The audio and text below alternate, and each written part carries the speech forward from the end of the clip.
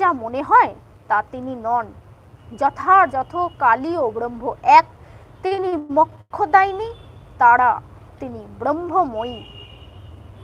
অর্থাৎ বলছেন এই যে আমাদের মা কালী, মা কালীকে আমরা দেখে ভয় পাই। এই যে আমরা বললাম, আমরা যখন ছেলেবেলা বয়স ছিল খুব ভয় লাগতো, কেন মা ওরকম জিভটা বার করে আছেন, শিবের উপর দাঁড়িয়ে আছেন, চুলগুলো এলোমেলো, তো সুন্দর করে সাধারণ মা যেরকম আর পাঁচজন আমাদের নিজেদের মা যেরকম ওরকমভাবে তো থাকতে পারতেন। বলছেন মা কালী মানুষের জন্যই, মানুষের যে অন্যায়, মানুষের যে অপরাধ, মানুষ যে এত খারাপ কর্ম করছি আমরা, চারিদিকে যে এত অনাচার, মানুষকে হত্যা করা হচ্ছে, মা কালী সহ্য করতে পারছেন না।